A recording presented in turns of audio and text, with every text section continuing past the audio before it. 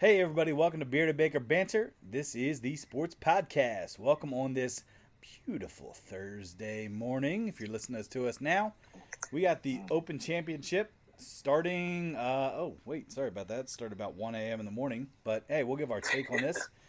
We got a couple things to talk about. 3 hours. So let's get into this. Welcome Trent. Welcome Trey. How's it going, guys? Hello. Let's have a session here, boys. I know. I might stay up an extra hour just to watch those people tee off at 1:35. It's pretty crazy how early in the morning they're getting after it. Coverage here starts at 4 a.m. though, so I'll be setting an alarm. Is that what it is? 4 a.m. here. Yeah, So USA it's 1 a.m. Network over there. Well, like they won't show it on TV here until 4 a.m. on the USA Network, Gotcha. but you can follow it on ESPN Plus and I think Peacock. Okay. All right. Well, let's get into it. Hey, we're going to start off here with our booming topics. So we're going to get right into that with Trent to start us off with our first boomer. I was waiting on those lovely air horns. Dude, you know it's coming. So we can't, let's talk about the current America's pastime. Let's talk about the NFL. Ooh, Let's get into it. that's a bold statement. Well, that's not a bold statement. Let's be real. The NFL owns days of the week in the United States. So, But you can't just replace America's pastime. what are we gonna call it? It already NFL, has. It's It's replaced baseball as a pastime. NFL is the dominant sport. MLB is great. Okay, Trey, here, make it feel better. It's America's present time. Ooh, okay, yeah. Yeah, I would even call it America's sport, but you can't call it America's pastime. It is. Anyway, all right. So we can't ignore the obvious situation going on in the NFL right now, and that is the position of the running back. Some may say the complete disregard of the running back position in terms of salary. Some would say it's a fitting topic or a fitting situation for the running backs. Very first thing that I'm going to start with is to kind of clarify what I mean by this is, as you guys would agree, the running back position right now is one that is now being considered to be underpaid or disrespected. Correct? Oh, yeah. Would I agree with that? Do you agree with that? Yeah, let's start with that. Do you agree that with what's going on currently, is it suitable or is it disrespectful? Trey, if you don't mind, I'll start with this. Yeah, I'll let you go ahead. I don't think it's disrespectful. I don't think it's disrespectful. I think it's more of a business thing. And I also think it's more of what we had also talked about a couple weeks ago is you now have teams where running back is a valuable position, but at the same time, it's not just one guy. And you're seeing a lot of teams be able to be successful with two running backs, 3 running backs, sometimes even 4. I think, Trey, you even mentioned the Chiefs a couple years, the Chiefs as of recently, not even just this past year, like the last 3 years, they've had guys where it's like it's rotation. And I don't think it's disrespectful. I understand the running backs that are coming out here and saying, "Oh, well, we're being disrespected, we're being this, we're being that," And if you look at them compared to other positions, sure. I mean, yeah, they're not on the equal standard of a wide receiver, of a pass rusher, of a quarterback. But it's a different position, and they're also guys that either you get your money early, or you don't get it in this day and age. That's my opinion. So can I start off, Trey, before you jump in? Let me just update you guys on some key situations here in the offseason. Ready? So these 2 backs took a pay cut for their team in order to be able to afford other players.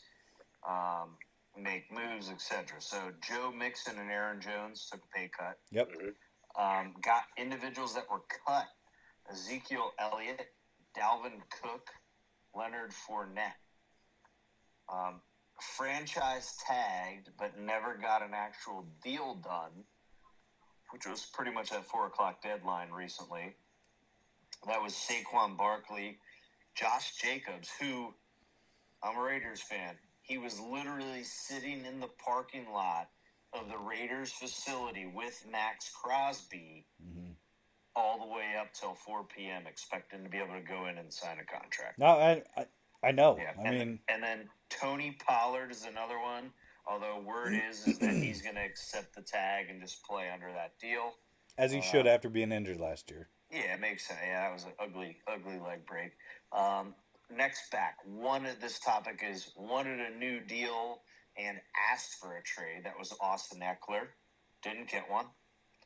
Right? Yeah. And then has been a free agent all off season, which really that also goes with these guys that have been cut essentially. But Kareem Hunt not signed yet. So that's just kind of the up to date stuff. Trey, you want to add in your sense here on this situation? I kind of agree with Tyler. I think it is more of a business decision thing. I think you see all those guys that you just named, Trent, they did cut big deals, and all of them have either been traded, not re-signed, or cut. Ezekiel Elliott, and I think the next one to do that is going to be Alvin Kamara, considering his legal situation. That's a great point. Yeah, but I he's think he's on the chopping block too with his whole no contest plea. Yeah, which I'm surprised he even got to play all last year with that kind of lingering in the background. The justice system dragging its feet. No, but I think it is a business decision. But I disagree with Tyler. I think it still is disrespectful. You have these guys that are a vital part of your offense that you've used and abused. How many touches is Christian McCaffrey getting? How many touches is Alvin Kamara getting for their teams? And even Saquon Barkley, who's been through injury after injury, dedicating his body to the team, and then you're going to turn around and not give him a deal when in reality, who else is as much of an offensive threat in the Giants' offense than Saquon Barkley? So it is kind of mind-blowing to me, and I get it. I understand it from the owner's standpoint, from the GM standpoint, but I do think it is disrespectful. No, here's what you got to understand, though, is I think that somebody, say, like a Josh Jacobs, who has been healthy and has taken the team on his back the last, 4 years, I think, okay, he might be a guy that deserves some money. I don't think, and don't get me wrong, this is not disrespect to Saquon at all, but Saquon is a guy that's been healthy for maybe 1.5 seasons. And you're going to sit there and say that I deserve this, I deserve that, and, I could sit there and sit out, in his recent interview today on the one podcast and say, well, I deserve this. Maybe I will sit out because this is bullshit kind of thing. I don't agree with Saquon because Saquon is a phenomenal running back. I agree with that. But I don't think he has a leg to stand on to sit there and say that he deserves the kind of money because of health. If you can't stay healthy, you can't get paid. Yeah. I think Josh Jacobs deserves the money because he stayed healthy. And he's also taken the team on his back for a couple seasons. I don't think Saquon, besides last year, has been able to say that and be able to stand on that leg because, and again, I'm not saying Saquon's a bad running back. I think he's great. But I think he needs another year full to say, guess what? Hey, here I am. I can stay healthy. My knees are fine. I can run. Because what's to say he signs a big contract? Yeah. He signs a big contract and all of a sudden he's done and it's season ender.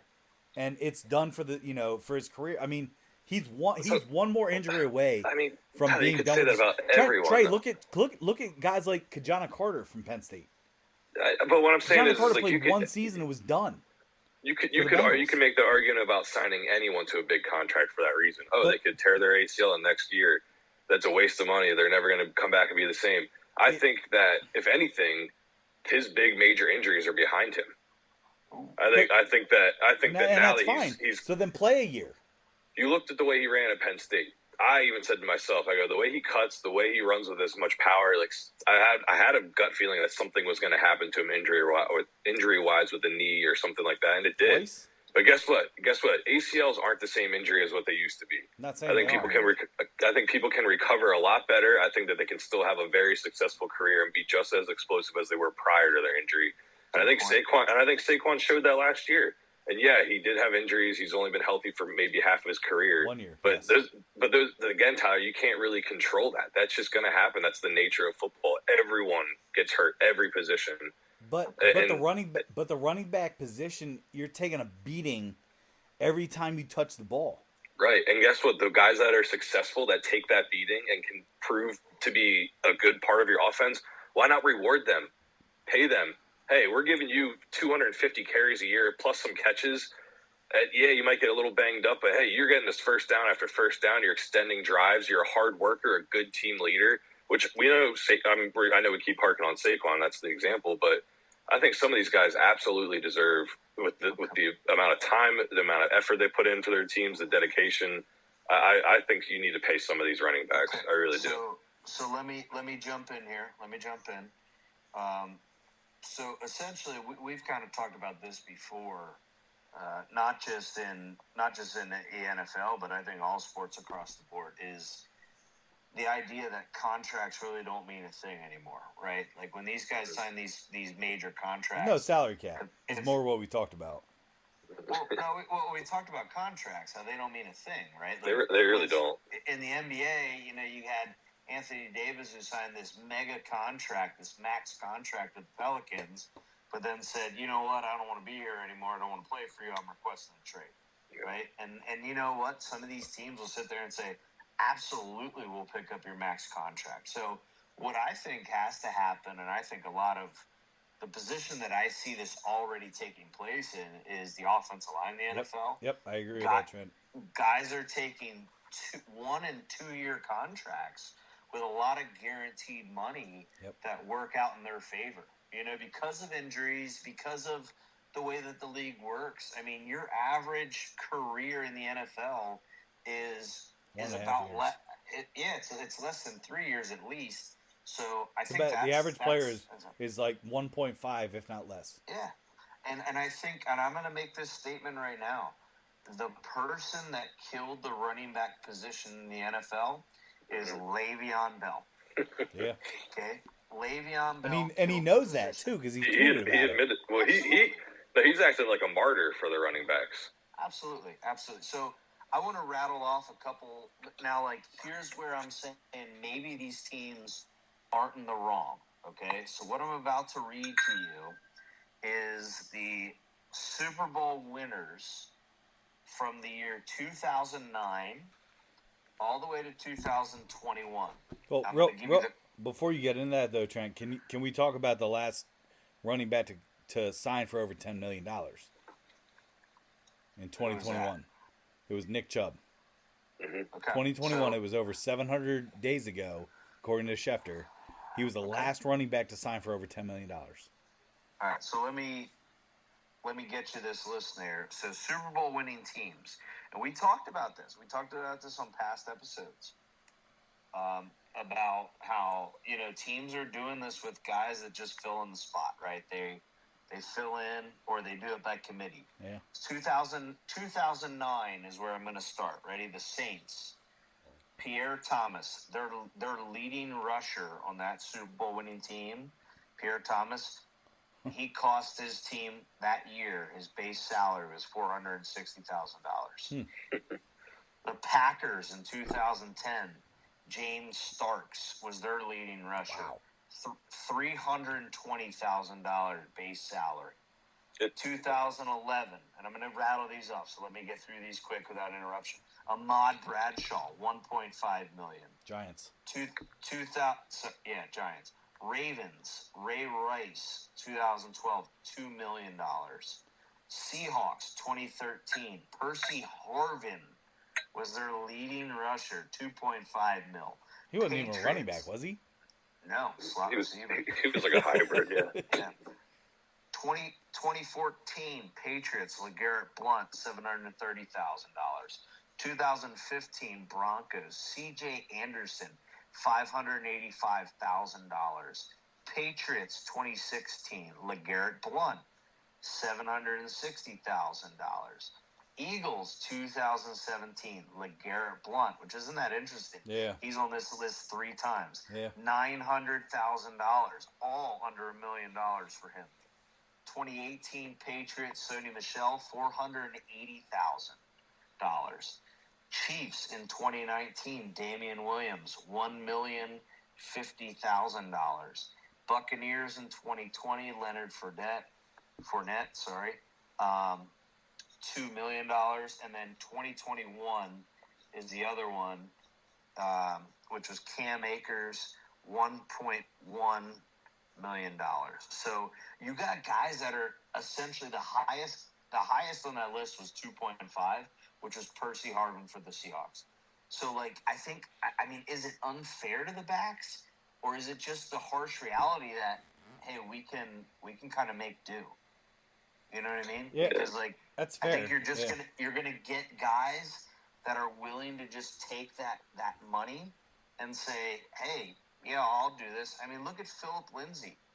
Philip Lindsay totaled 1,700 yards from scrimmage in his last 2 years at Colorado, made $0 from the age of 19 to 23, yet he signed an undrafted free agent deal and had back-to-back 1,000-yard seasons. Yeah. And he's only made $5 million in a total of 10 seasons. Yeah.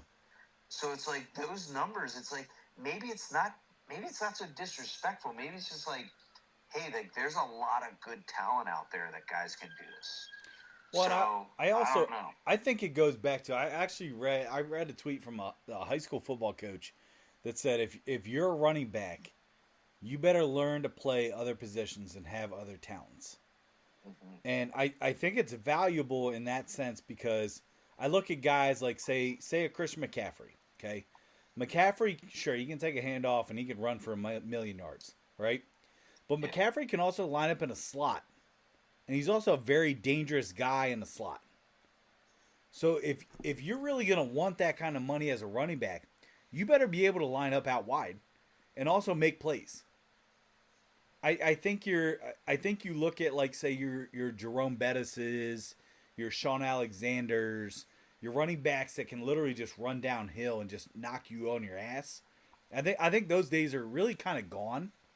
Just in the way that football's going, you need running backs that can line up out wide, that can be scat backs, that can catch your bubble routes out of the backfield, and run for a couple hundred yards.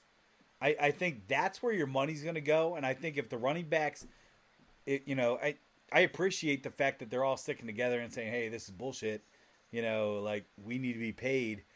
But I think if they want to get paid, I think they also need to look at kind of what like Deebo Samuel looked at the other year when he was trying to get his contract done is, are you a wide receiver or are you a running back? Or are you going to get paid for both? And I think you really need to look at it in the sense of you need to take your value as not just a running back, but as somebody that's also a receiving running back. So get your money almost as like a slot wide receiver too. That's where I think the running backs need to go and get their money at. I don't think they can get it as a running back. Well, that's not where it's at. I disagree to some extent. I think that eventually what you're going to see is kind of what Trent said, like a market change for how the running backs do get their money. So right now you can get if a running back in their prime, literally what I just said though.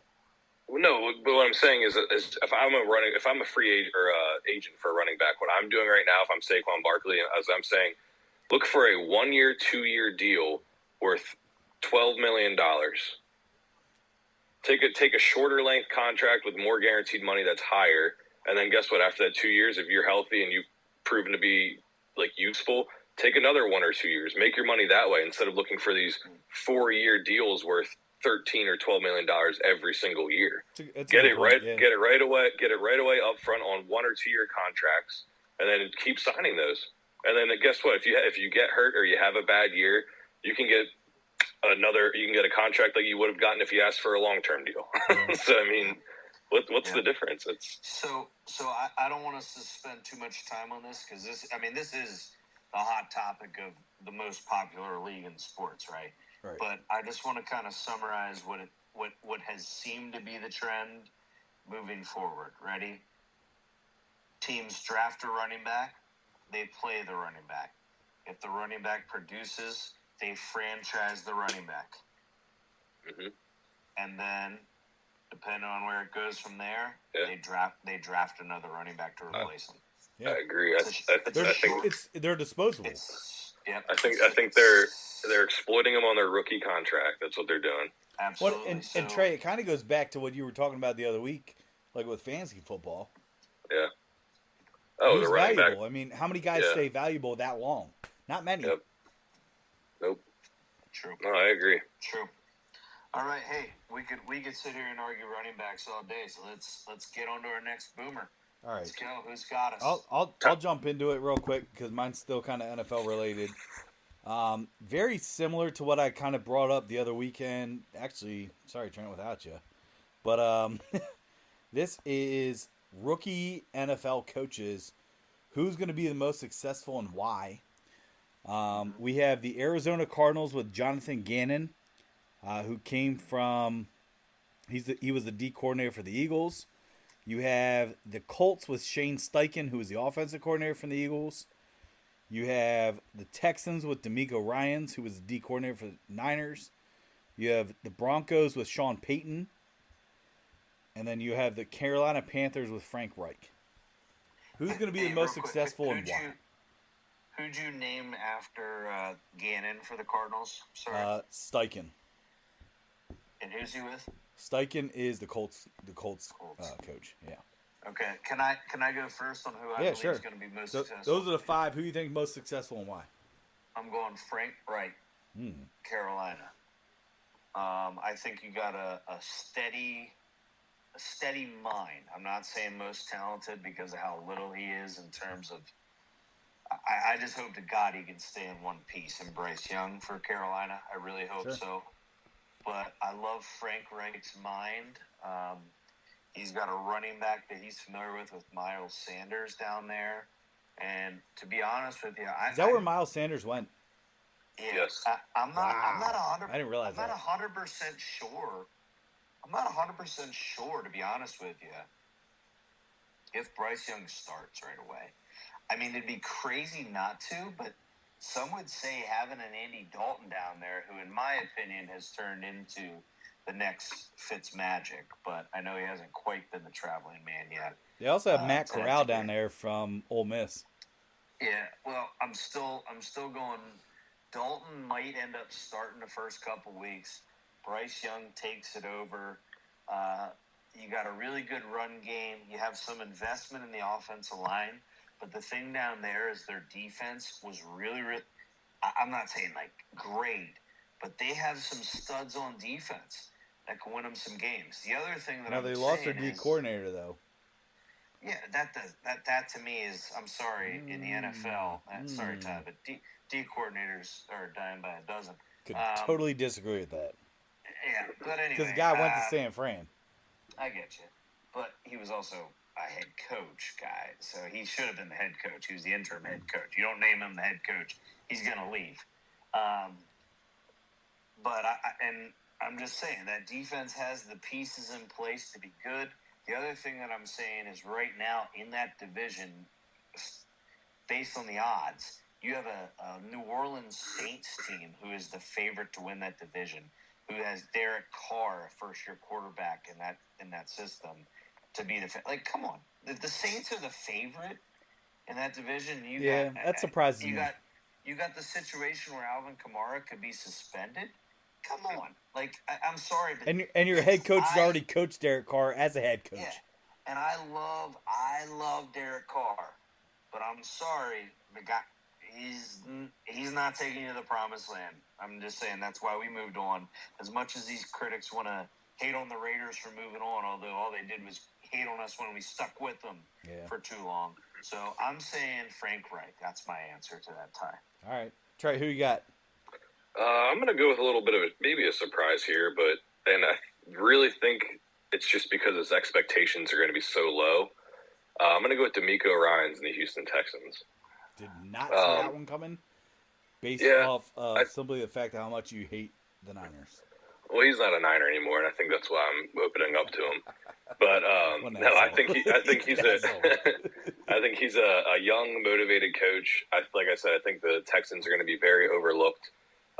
Being a defensive-minded head coach, I think that they can stay close in some games, maybe limit scoring. They have a young new quarterback in their system. I know that they're going to that he's going to take the reins, I'm assuming.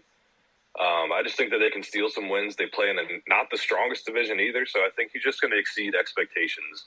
And I think that D'Amico Ryans will be the most successful. So a little bit of a dark horse there because, like I said, it's the Houston Texans.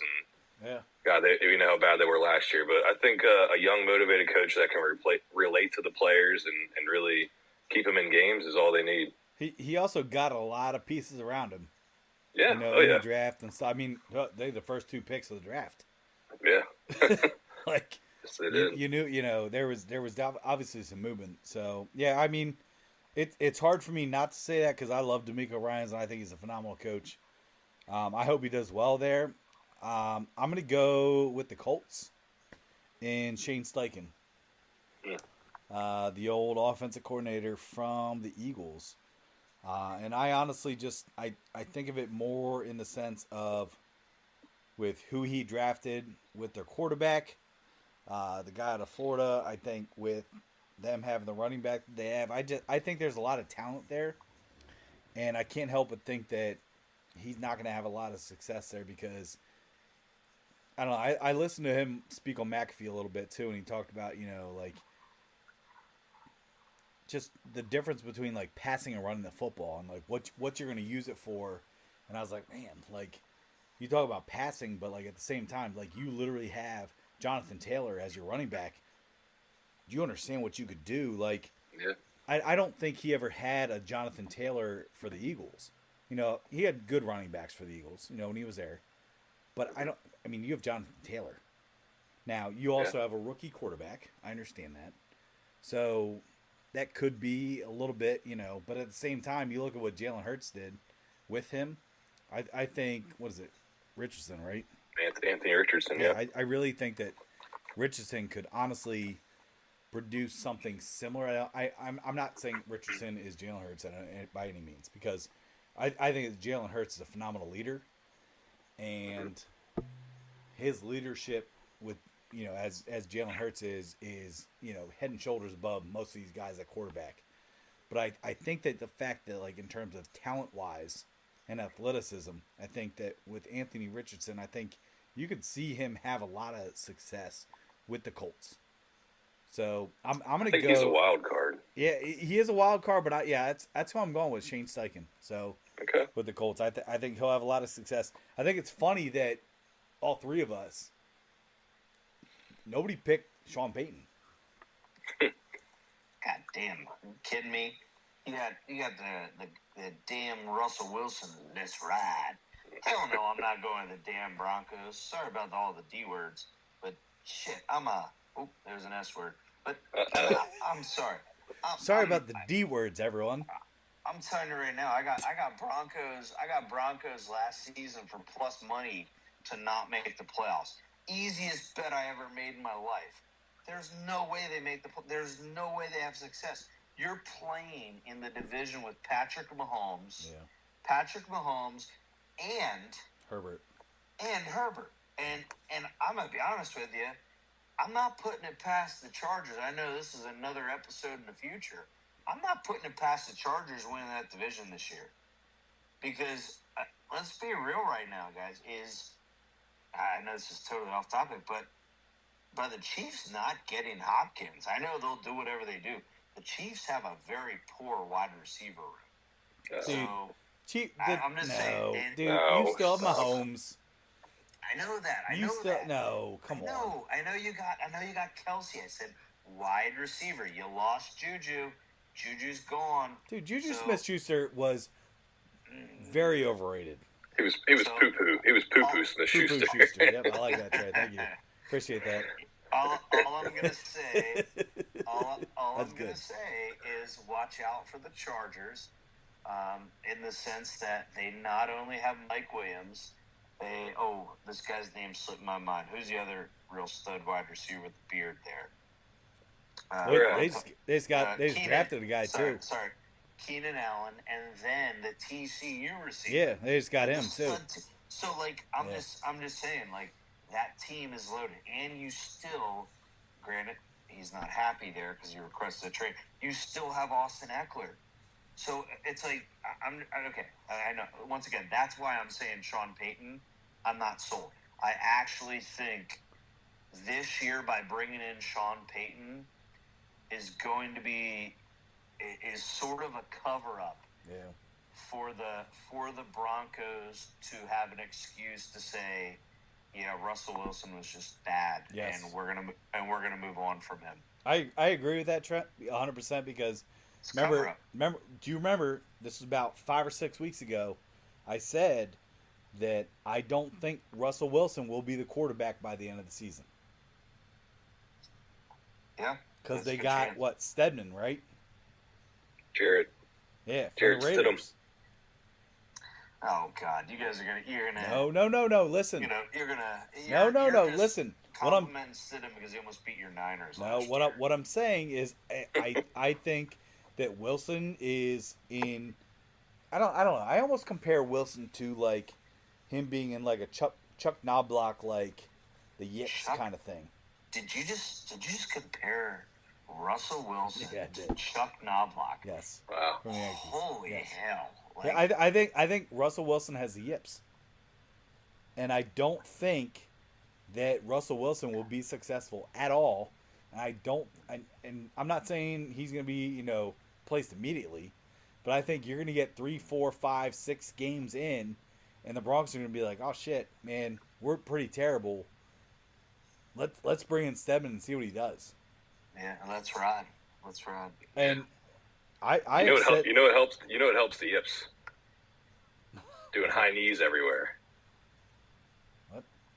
Doing high knees, yeah. On the airplane, when you're walking to practice, everywhere. You just got to do high knees everywhere. I still can't believe he did that. Yeah. Dude, I don't think. I agree with you, Trent. I think Sean Payton was brought in there to be like, wow, Russell Wilson actually sucks. Like, let's move on. If he doesn't perform, if he performs, great. I mean, then they're fine. Listen, but they also paid him a shitload of money. Of the Raiders, maybe 5 total wins this year. There's a good chance 2 of them are from the Broncos. I'm just saying that right now. You guys are piling on the Broncos. I don't think they're going to be as bad as they were last year. Yeah, okay. Nah, oh man, I don't know. It'll be interesting. Yeah. Mr. Jordan Love up there sitting all smug. Let him go. Hey, we're all good, man. We're all good. Bro. Worst quarterback in that division. Oh, come on. Ouch. I mean, you can't even say that. He's played 1 game. How can you even like? I would take Kirk Cousins, Justin Fields, and Jared Goff all over him. Right now, you tell me right now, who would you take last? I don't think you can make a fair assessment on that because how many times have you seen Jordan Love play, Trent? At least twice. Yeah, for like a quarter, like a down. Keep my mouth shut over here, Trey. That's why I'm surprised you said that they win 12 games. I'm just saying. So hold on, you said the Packers win 12 games? I think I said 11. You're insane. Might have been 11 11's games. insane. That's what I'm saying. And he's like, oh, I'm so confident Jordan Love's the guy. So you want to talk about fair assessment there, Trey? It goes both ways. No way. I think as long as he performs, we have the roster besides quarterback. So you got the best receiver in football in the Vikings, dude. Ooh, yeah. Whoa. Yes. Best receiver in football. Ooh, that's a good. All right, that's for another day. Yeah, we'll save that. But I'm telling you. So you got us a boomer here or what, man? Yeah, dude. Mine's a little bit more lighthearted. It's just something in the news right now. ESPN fired Jeff Van Gundy from their NBA analyst job or his role. so there's a lot of like kind of rumors about who's going to replace him. I know JJ Redick is one of the favorites to replace him, which I would like. I think that'd be interesting. He is a great guy. JJ Redick, so freaking awesome. Literally cried when he lost his last game at LSU. True Duke fan, but I would actually, Trent, I'll agree with that. He would be a great analyst. Yeah, but so I'm a Tar Heel fan, so yeah, I respect JJ. Just with analysts being in the news cycle, it had me kind of thinking. I think a good commentator, a good play-by-play, and like analyst, they can really make or break watching a sporting event. So I just kind of wanted to open the discussion to a couple names, people you love, people you absolutely hate, maybe even just certain calls that are memorable that to you guys that stand out.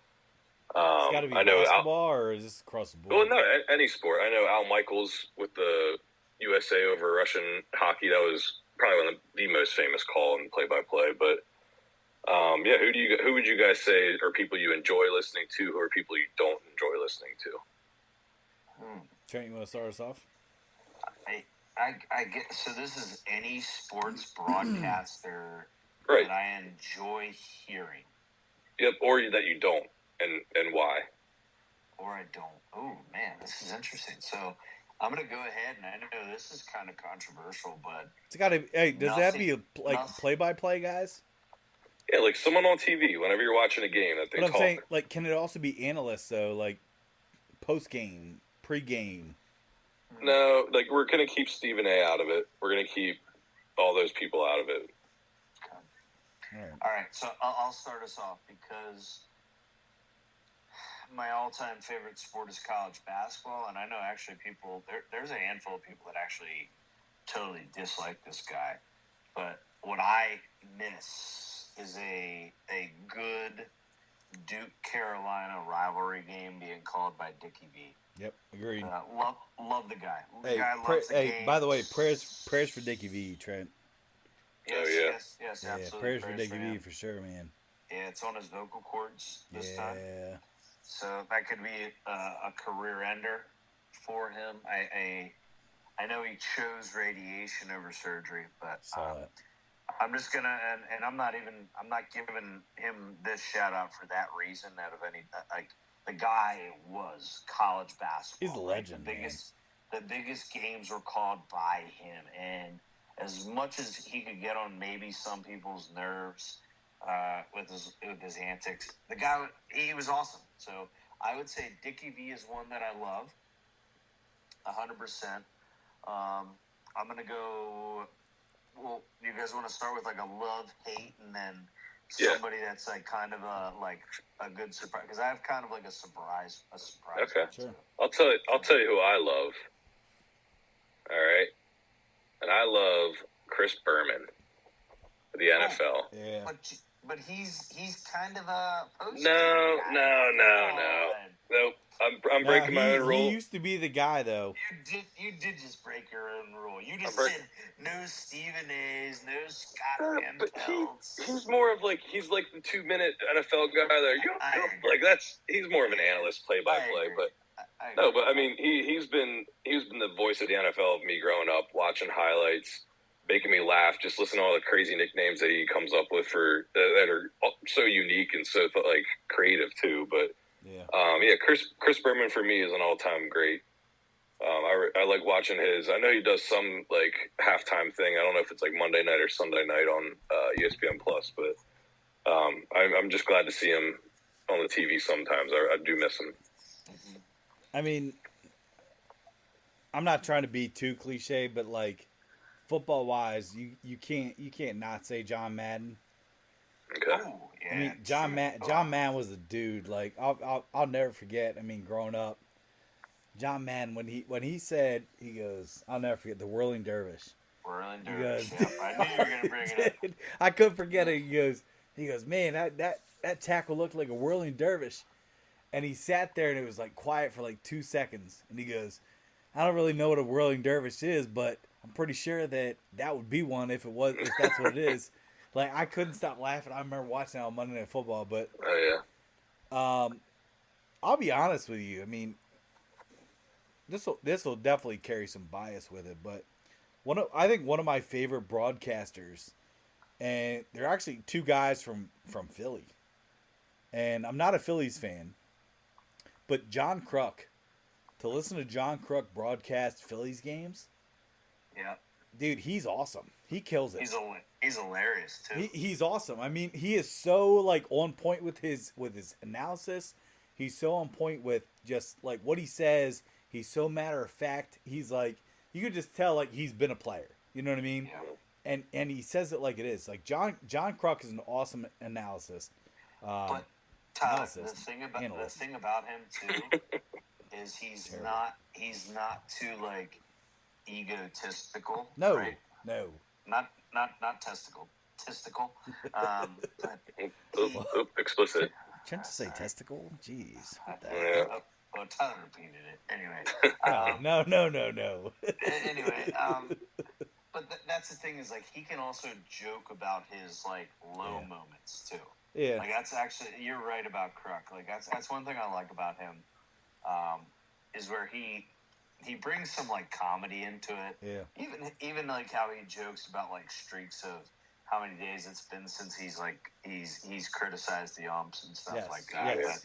But I'm gonna throw a name out there, and I don't know how you guys feel about it, but I told you guys this past year that college football won me over, right? Yeah. Like college football actually, college football Saturdays took over.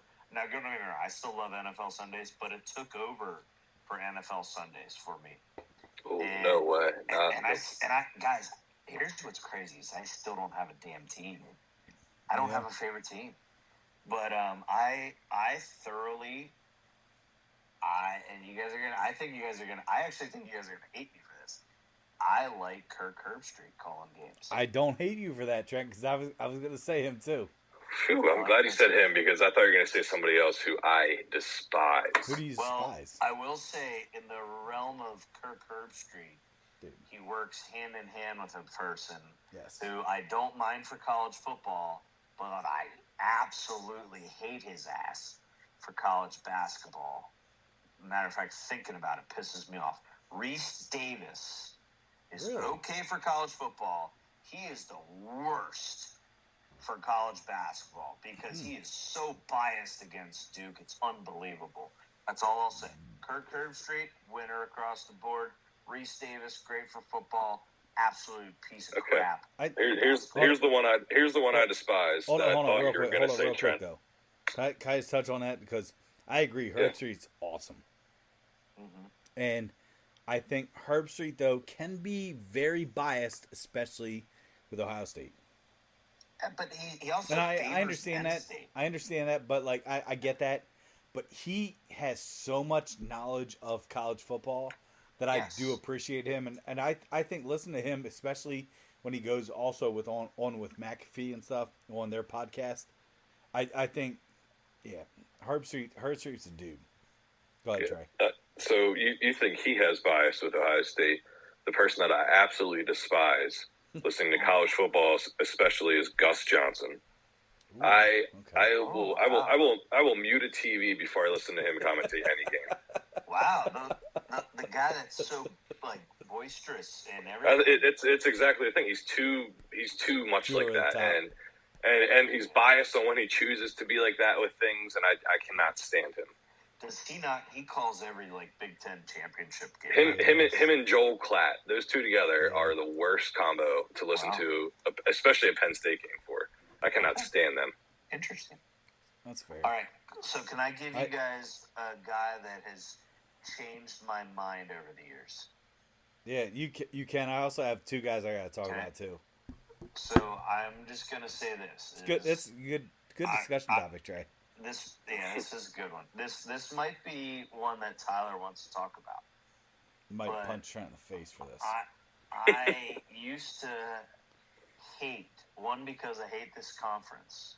Oh, it's definitely one of the ones I was going to say. But the conference champions, Bill Walton, is the most. Dude, he's become the most like interesting individual to listen to.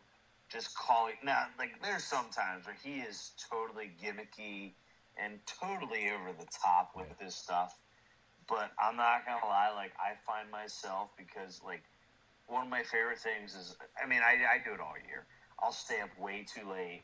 Yep. I'll watch these I'll watch these West Coast games. You got to watch the Pac-12 championship stuff. Yeah. And honestly, like you listen to Bill Walton, and he will just say some of the most ridiculous things where his partners can't even comment. They have no clue. They have no clue. Like, I don't know what to do. I mean, I witnessed a guy on TV eat a cupcake with a burning candle on it. Yeah. And so I'm gonna go out there and say Bill Walton. I used to dislike him. Yeah. Especially because he always favored the Lakers when he was calling NBA. But since he's been in college basketball, huge fan, super entertaining. He gives us some one-liners, Ty, that you and I that we constantly crack up about all the time. Do you know who I kind of put on the same wavelength as Bill Walton? At least recently, in my eyes, is Brent Musburger.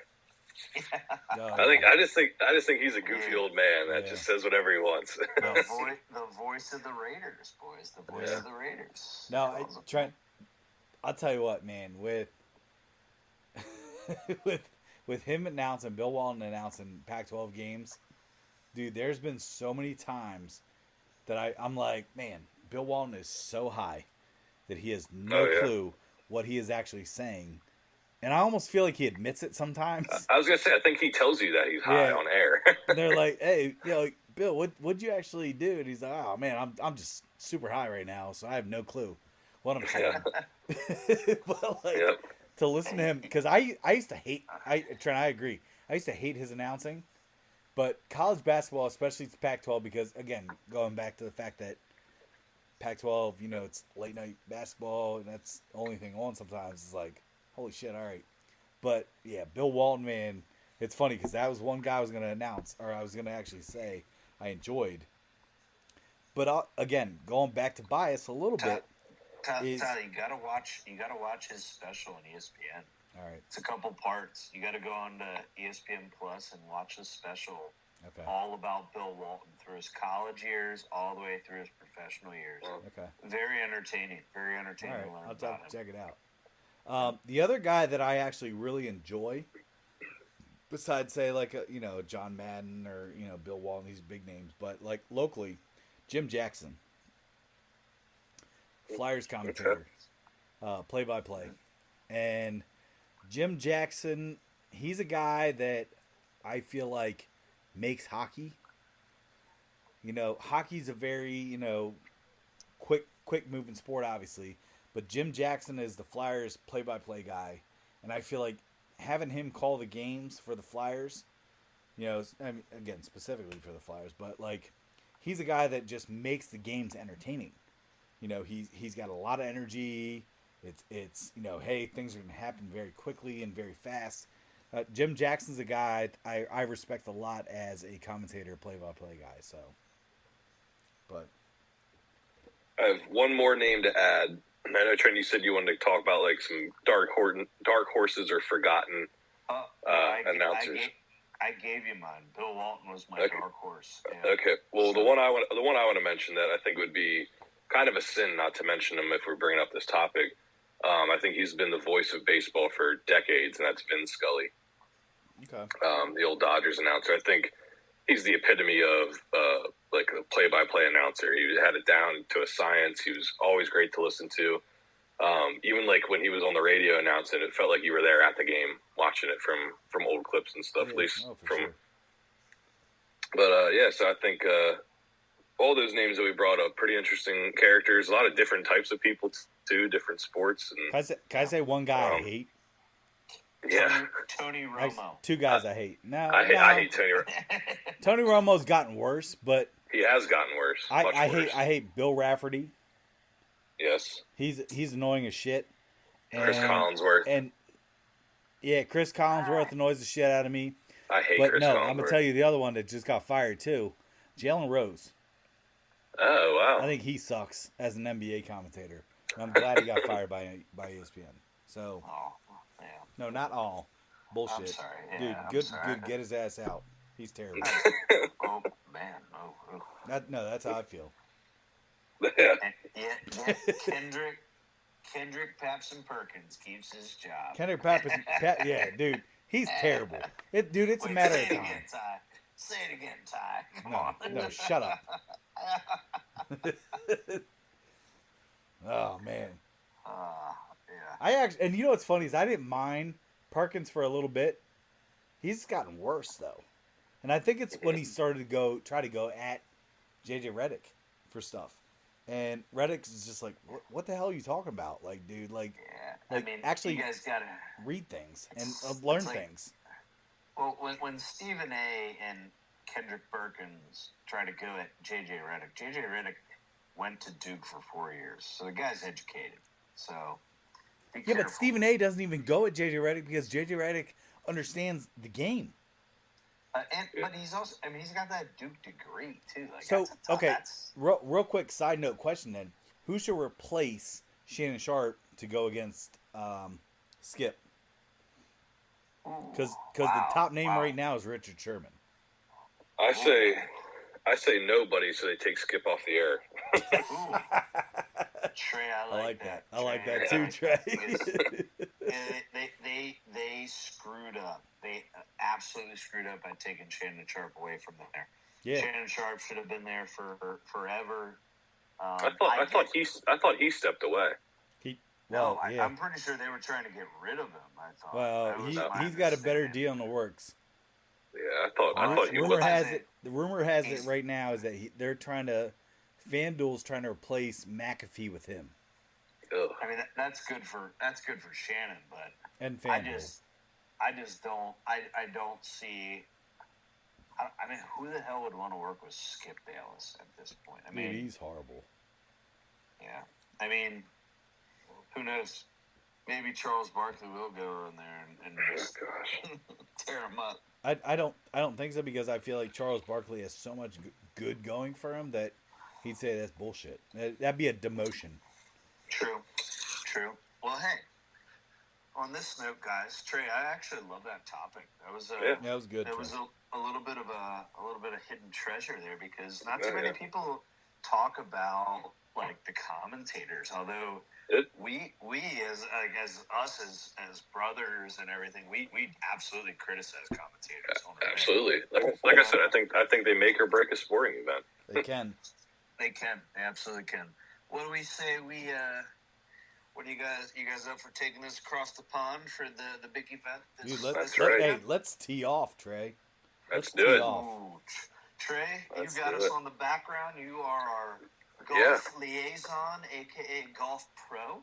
So, yeah. Oh, I kind of like that. Yeah, I mean, golf pros also sometimes just run the clubhouse and watch the carts. So go ahead and just and drink the beer. So you know a heck of a lot about golf than we do. Yeah, I do love golf. No, so this is the fourth and last major of this season.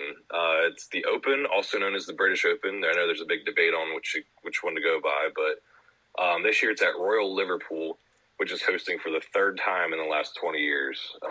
Previous winners were Tiger Woods and Rory McIlroy, which I'm sure a lot of people have heard about this upcoming week. But the big thing with this course is the last two holes that they have. The 17th hole is a new hole, so they just designed it specifically for this tournament. Ironically enough, it's the shortest hole. I think it's 135 yards, but it's going to be pretty diabolical. They got two new sand traps, which are almost impossible to hit out of. If you don't par the hole, you're probably going to get a double bogey. And then the other hole is the last hole, which is 18. It's a gettable par 5, but it has an out-of-bounds line that is going to come into play a ton this weekend. So the course actually did this on purpose. So when it plays regularly to members, holes number 1 and 2 for the Open are actually the last two holes. So they shuffled around the order of the holes to kind of make some more drama towards the end here, which I'm going to appreciate. I mean, you're going to see some guys with 3-hole leads going in the last two holes that makes a huge jump here and there. So two things that I have to add is, one, you just said there's some diabolical holes, so holy hell. Yeah. Two, my next question for you. Diabolical. Yeah, diabolical. How about that term? Well, let's all say it at the same time. Ready? Diabolical. Trey, I want to ask you: are there any any Varancas. Well, Trent, there aren't any Varancas, but I do have another little How about catchphrase. stanky Varancas? Oh, Todd. Okay. Do we have any stanky Varancas? No stanky Varancas this time, but we do have what is known as gorse. Oh, wait. You know the spelling or no? Gorse. Okay. you got some coarse gorse. Yep. Coarse. Hey, you know what happens if you don't shave? All right. You got some coarse gorse. I was gonna say, so anytime they mention gorse, guys, that Gotta means drink. Take a drink of your beverage. Yeah, a gorse is a dense yellow-flowered shrub of the pea family that likes to grow in spines. So, I mean, it's going to be tough to be able to swing through. Pea and family? gorses, You said pea family? the pea plant family. Like pea plants. So you got some coarse gorse on your pea. Coarse on your gorse, pea plants. Coarse bush. Okay. Yeah. All right. No, but just other things to note. When Tiger and Rory won this in 2006 and 2014, the strategy was to take out all your fairway woods, all your hybrids, anything like that, and play long irons. Just because of the wind, you can keep it low, kind of cut through, balls will roll out. There are a handful of guys. There are a handful of guys going with that strategy again, including Rory, Sam Burns, Jordan Spieth, Colin Morikawa. All these guys are taking out their woods for long irons, which is going to be an interesting thing to see. So taking out their woods on the gorse. Oh yeah, the gorse. Tyler loves that word already. Get your woods out. We got a gorse coming up. No, put the woods away. You got to put the woods away.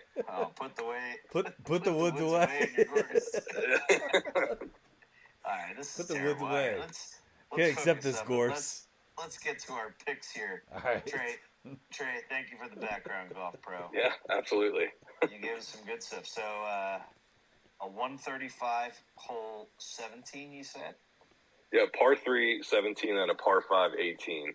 With a crazy out of bounds line. What I was going to say about the 18th hole is when they played in 2014, there were more balls hit out of bounds on that hole in that tournament than the rest of the year combined in the PGA Tour. Really? Okay. And Trey, correct me if I'm wrong here. Last time the Open was played at this course, Rory was the winner. Correct. Okay. And guess who was second? Who? Ricky Fowler. Ooh. And he's hot. He's hot lately. Exactly. I know he's won one event, but he's. Yep. He's go ahead and take him, boys. Go ahead and take him. All right. Oh, Tyler. All right, Tyler's getting us right into it. So let's do what are we doing? We're doing a winner, a top 5, a top 10, and then a long surprise shot. Winner. Yep, surprise long shot. Which is over what? 4,000 odds. Over 4,000. Can we start with our actual winner? Yeah, let's do it. That's where you want to start? I said we start with the winners this time. What do you say? I'm fine. I feel like we go backwards all the time, but I'm. Let's start with the winner, Trent, and let's hear yours. Oh, the winner? Yeah. Okay, you ready for this, boys? Go ahead. Yep. All right. So, first off, can I just clarify for our listeners that enjoy maybe putting a little bit of a wager on this? If you take advantage of the books that we use, FanDuel is offering a insurance bet where if you bet on a winner and they finish in the top 20 and they don't happen to win, you get your money back. That's FanDuel. The other one is DraftKings is offering a plus 300 boost to the odds on any person that you choose to bet on. So I thought I should put that out there as a little advertisement for us. But I'm going to go ahead with my winner, who is going to be the second overall, pardon me on this verb or this way to describe him, but the second overall Spaniard to win the Open. Is that I'm sorry. That's fine. No, that's fine. But that might be derogatory. We don't know. Okay, so I'm just going to call him Spanish descent. Like a Cocker Spaniel. No, Tyler. My winner for plus 1,200 is what I have, Matt, is John Rahm is going to win this whole thing. All right. John Rahm. All right, Trey, who's John your winner? Rahm's my guy. Trent, Best pure Plus golfer, 1,200, huh? according to Trey. Trent, are you clapping erasers? Because that's you're looking pretty chalky over there. He's okay. Hey, he's third. Nah, I'm just messing. That's fine. You go ahead and pick yours, Trey. My winner is another European that is right on the verge. I think it's going to be his first major, and I think this is going to be it. Victor Hovland, plus 2,200 odds. Terrible pick. Oh, sorry. I thought I was muted. Just kidding. What did you say? 2,200. Yep. Yeah. Wow. Trey, I got him for plus 2,500 right now. Okay, well, even better. All right, my winner. No surprise here. I'm going with the favorite. I'm going with Scotty Scheffler. Yeah, you guys are both.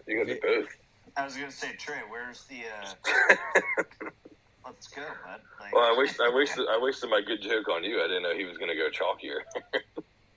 Well, I just think, like, I don't know. I mean, he's been the favorite, like, I feel like every single golf tournament we've, like, put out. I feel like this is it. And rightfully so. I mean, he's been playing out of his mind. And that's the thing. He's been playing good. So I feel like he's, like, so close. This is the time. So I'm going Scotty Scheffler. I know that's not very exciting. I had plus 700 odds. But that's my winner. I mean, he's due no majors this year. That's why I want. But what's his streak? His streak of finishing top 12 is unreal right now. Mm-hmm. Like, that's why he's holding number one, correct? Like, that might be a good pick then to put the top 20 bet out there on FanDuel. Oh yeah, to insurance that, yeah, for sure. Trey, we already got your winner. Tyler, we got yours. Top fives. Top fives. All right. Yep, top fives. Do you guys want to go like back around, like snake Let's it out? do the same order. Trent, you started, so go. Yeah, you got it, Trent. Okay, well, I don't want to get accused of stealing anything from Trey. You know how he works. But I'm going to go top five. I actually have already placed this bet at plus 135. I'm taking Scotty Scheffler, top five. There you go. He's my top five. So we're kind of on the same boat with that. For sure. You can't go wrong. It's like anybody that bets on him and doesn't win, it's still a smart bet because this guy is like he's top of the golf game right now. Yeah. Trey, who you got top five? Top five. I'm gonna go all Europeans here with all my picks. Or I shouldn't say Europeans. I guess one's an Asian, but Tommy Fleetwood plus 550. Okay. I feel like we're always on the Fleetwood Plus bandwagon. 550. All right. My top five right now, I'm at plus 280, John Rahm.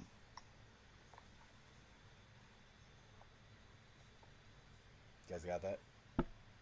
Yep. So you guys just flip-flopped yours, huh? Looks like it, yeah. John Rahm. All right. Yep, Rahm top five for me. All right, top We did 10. just flip-flop. Ooh, hold on. Trent, give us your top 10. All right, hold on. I'm checking who I wagered on here. My top 10 pick, who I also think has a very, very good chance to repeat, Cameron Smith. Wow. Good pick. I like that. What are the odds on that? Plus 220. Okay. That's it? Top 10, Ty. He's a top golfer. I know. I know. It just that surprised me. Yeah. All right. Trey, top I'm gonna 10. go for me. This is kind of another dark horse pick. It's plus 900 odds. I'm gonna go with the South Korean. I don't know how to say his actual name, but he goes by Ben An. Played really well at the Scottish Open, so I'm gonna go with him. Okay, how do you spell his last name? It's Ben. Last name is A-N. It's pronounced Byung-hun An, I think, is how you say the real name. But Yep, I see him. Yeah. All right, my top 10, I'm at plus 500 with Corey Connors. Oh, of course. There's a Connors bet. Because that's risky. Tyler, I think he's been one of your picks every major. No. Every major. Yeah. He might have been. At least 3 of the 4. Absolutely. I better get some fucking money off of this then. I'm not gonna lie. I feel like Fleetwood's been up there, but the other guy that always gets picked by one of us is Gary Woodland. I don't think I've ever picked Gary Woodland. Somebody has. I think I have once. I think Trey has one. I think Tyler has twice. All right, Trent, surprise winner. Let's go. Surprise winner. Ready for these odds? Now, we technically we try to go plus 4,000 or better, right? Correct. Well, are you guys ready for this? Yeah. All right, here we go. Plus 12,000. Whoa. Jeez. Yeah. Daddy's home. Joaquin Neiman. Wow, okay. If you would happen to place a $1 bet, guys, you could win $121 on him. Did you just randomly pick that? No, he's been a guy that I've followed for quite some time. All right. Yeah, he's in that crew from the what's the golf show on Netflix, guys? Oh, Top swing or something. whatever. What was it? Trent? Full swing, I Full think. swing. Yeah, he's not featured on it, but he's one of those guys that he's a dude, and you know what? I'm believing him, and when he wins, and you guys say, "Holy cow, Trent! I can't believe your guy won at plus 12,000." Appreciate it. Trey, who's your surprise winner? I went right at the cutoff of plus 4,000. Another European guy that always plays well. I believe he won the Open a couple years ago. Trey. Yeah. Trey, I'm sorry. I'm coughing on your chalk. Oh, here we go. Plus 4,000. You're calling chalky? Get out of here. I mean, that's our limit. No, I'm going with Shane Lowry. Trey. That was a close one for me. Yeah. He was good. I actually like that. Yeah. I'm sorry to criticize you. I was gonna say, you still choking over there or what? Yeah, he's 4,500 on FanDuel, so even better. All right, my surprise winner plus 5,500. Wait, Gary Woodland. No. No. Tony Finau. Finau, whatever. Sorry. Great dude. That's a good pick. Thanks. I like Tony. I like Big Tone. He's a good guy. Yep, that's where I'm at. Hell yeah. All right. Yeah, it's gonna be a good little golf tournament. A lot of excitement with those last 2 holes you guys just watched, and I'm hoping the gorse doesn't come too much into play for these guys. Nope, but every time I hear the word gorse, I'm taking a drink of my beverage, boys. Oh yeah. Every time I hear the word bush, I will too. Okay, Ty. Okay. All right. Oh, sorry. It's a pretty common word. I don't know if you want to play that. Yes. Oh man! So are we moving on to baseball next? Is that the next? Moving on to baseball. Let's do it. Oh boy, man. Terry, you want to start us off with this? Yeah, we starting out with betting, right? That's what we're doing. Start with bet something you love, bail something you hate, backing something you support. Something I love right now. Man, it's a tough one.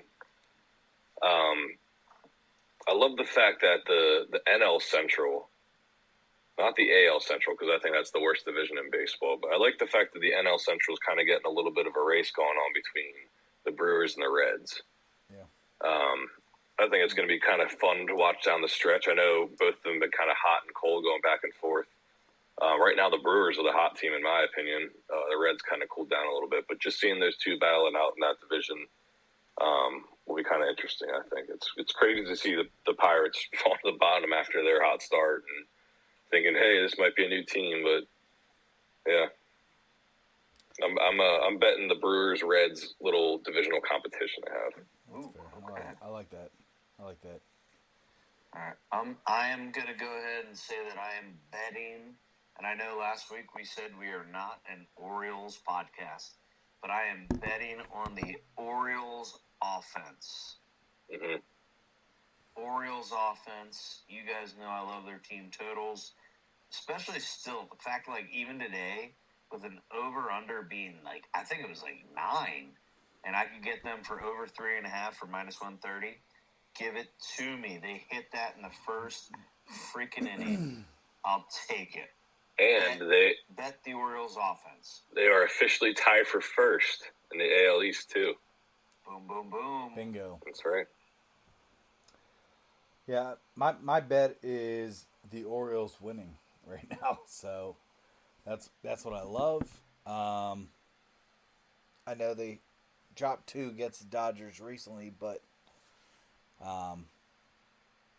you also weren't bad losses. You know what I mean? Like you can get there and you can get bad losses, but at the same time the O's were actually in them.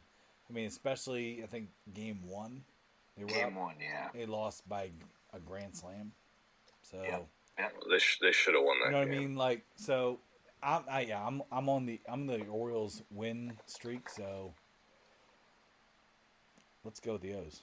That's what I'm betting on. That's my bet. That's what I love. Love it, Ty.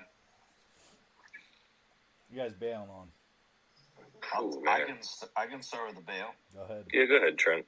You guys need me to start? So this is a team that I think I'll get some backing from Tyler on this bail. Look at that. So the Yankees are on Tyler's no bet list. So I am bailing on the Yankees. However, I am also loving this bail because the Yankees are in sole possession of last place in the AL East through 95 games for the first time since, ready for this, the best year because, well, guys, it's my birth year. First time since 1990 that they're in last place in the That's AL freaking East. awesome. Wow. Right? So I'm bailing on them Yankees. You could throw Carlos Rodon today, who should be a stud, but they lost 7-3 still. See him blow kisses to the fans? Yeah, what a Dude.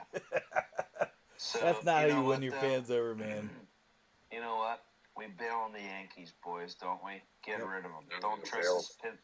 Don't trust the pinstripes. I'm on. Yeah. Get out of here, Yankees. No, Yankees. All right. All right. For me, my bailing. I mean, I'm kind of with Trent. It's like I'm bailing on them, but I'm happy to be bailing on them. And that's the Miami Marlins. They're on a cold streak, 6 games. The Phillies jumped them in the standings, which I'm not a Phillies fan, but I do have a soft spot, like a little warm spot for them in my You can't fandom. hate them, you know what I mean? It's like Yeah, I mean, they gave me a very entertaining MLB postseason to watch last year. I caught myself cheering for them pretty heavily last year, so I mean, that's just kind of carried over into this season. I want to see them. They're a fun team to watch. Trey, is it Harper? Like, do you not like, for some reason, like Bryce Harper now because I do. of Philly? I do like Bryce Harper. I didn't like him as a national, but I liked him as a Philly. I like Harper. I really like Rhys Hoskins. I know he's not playing this year, but I think JT Realmuto seems like a really good leader too. more of a sport of Marsh. Even Kyle Schwarber, like he's a fun, entertaining guy. No. Schwarb sucks, dude. What? Schwarb's terrible Schwarber's this my year. favorite. Yeah, but he's He horrible. looks just like my roommate. He looks just like Jake. I don't care, but He he's does. horrible. Yeah. Shout out Jake Smith. He is horrible this year. Yeah, but I mean, I just like I cheer for them. no. I like watching them play baseball. They're competitive. They all care. Like you can tell that they actually do care, and I think that's a big thing in baseball. You got 162 games. It's easy just to go through the motions, but the Phillies do compete, and I'll give them that. And I'm glad to see the Miami Marlins lose 6 games in a row, and the Phillies jump them. Yeah. Okay. Tyler, give us your bail. I'm bailing on the Pittsburgh Pirates. Oh, good bail. I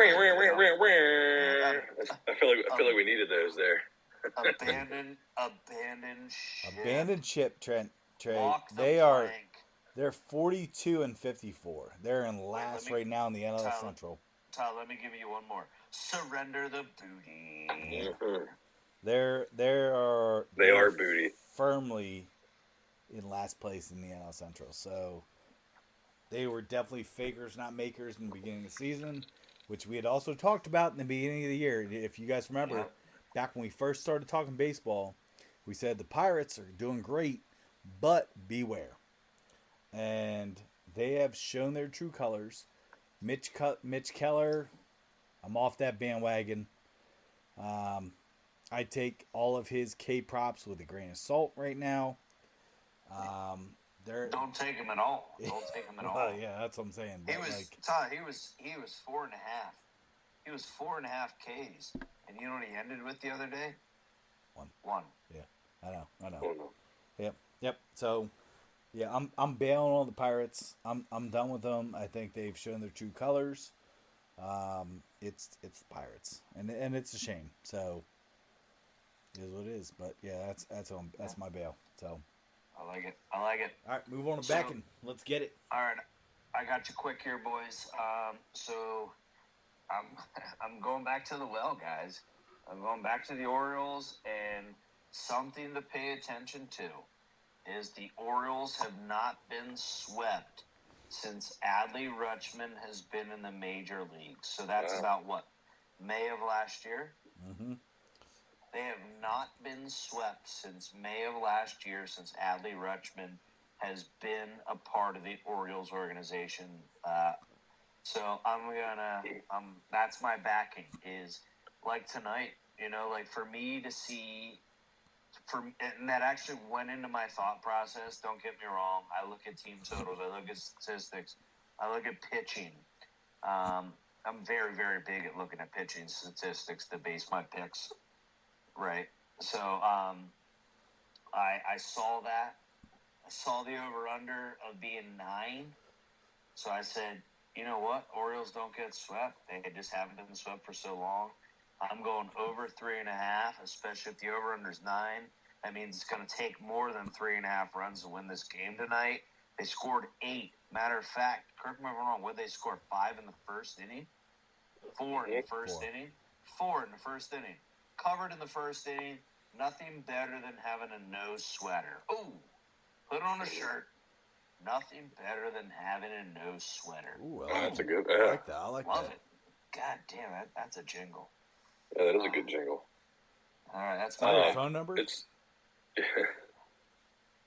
I'm not giving my phone number on here, guys. No, what I was going to say is to kind of piggyback you. We kind of are we are like a little bit of an Orioles podcast. We do like them. We might as well just embrace it a little bit, but it's crazy to see all of these milestones and positive. Yeah, well, yeah, but it's crazy to see all these milestones and positive like statistics, leading things all since Adley Rutschman came to town. And I don't think that's a coincidence. I think he's a leader. I think he's an absolute ball player too. I mean, the catcher position is a huge position just for on the baseball field in general, and I think he's really embracing it. At 25 years old, I think he is. Yeah, he's young. He's a proven successful leader, and he's bringing an up and coming team to the top of a very, very tough AL East, and I think that says a lot about Adley Rutschman as a player. But what I'm betting is I think I kind of backing. You always mess these up. Shoot! All right. Back. Yep. I'll get it one of these days. Don't worry. But I just So what I'm backing is I kind of touched on it last week, I believe so too. But I'm backing the Angels and Ohtani. I know they're still about average, like Shohei. Shohei. You got yep. Stop there. You got it. Yep. Yeah. So I'm backing him. Yeah. Whatever. But no, I'm going with them because I read a pretty crazy stat, and I think that this is the year that they kind of overcome this statistic. And since 2018, there have been 3 teams that have been below 500 every season, and that's the Detroit Tigers, the Kansas City Royals, and the Los Angeles Angels. And the Los Angeles Angels have had Ohtani and Mike Trout all 5 of those years. That is pathetic. You have 2 of the best baseball players in the league, and you can't finish above 500. So I know that's a negative statistic for the Angels, but I'm going to kind of reverse that. I think this is the year they overcome that. They make the playoffs. They make a little run, and I wouldn't put it past Ohtani to re-sign. I think he likes LA. I mean, if he doesn't go to the Red Sox, I'd bet some money on him staying with the Angels. So, Trey, don't count out the Orioles on the Ohtani sweepstakes. Wouldn't that be nuts? Don't count them out. Don't count them out. The Orioles have enough. I know this is another maybe discussion point, but the Orioles right now are so loaded with prospects and depth that they could get them. Would they give up Jackson Holiday, the Orioles' #1 prospect, Matt Holliday's son? So let me ask you: would you? No. Really? So you think Jackson Holiday is going to be better than Ohtani? I'm not saying that, but I think everything you have to give up just to get Ohtani would include Jackson, probably Mountcastle, Austin Hayes, one of those guys, a couple of those guys. I think I'd with the way some of these prospects are filling out. I mean, I think I'd give up Holiday. Yeah. Really? What position does Holiday play, Trey? Do you know? I believe he's an outfielder. Ah, man. I'm not. Don't hold. That's nuts. When are they calling him up? I'm sorry. Well, We'll talk about this off the post. Yeah. Tyler, give us your backing. My backing is the Houston Astros pitchers. All right. France, big fan. Lip saddles himself. Dude, I actually think he's taken over the lip saddle realm.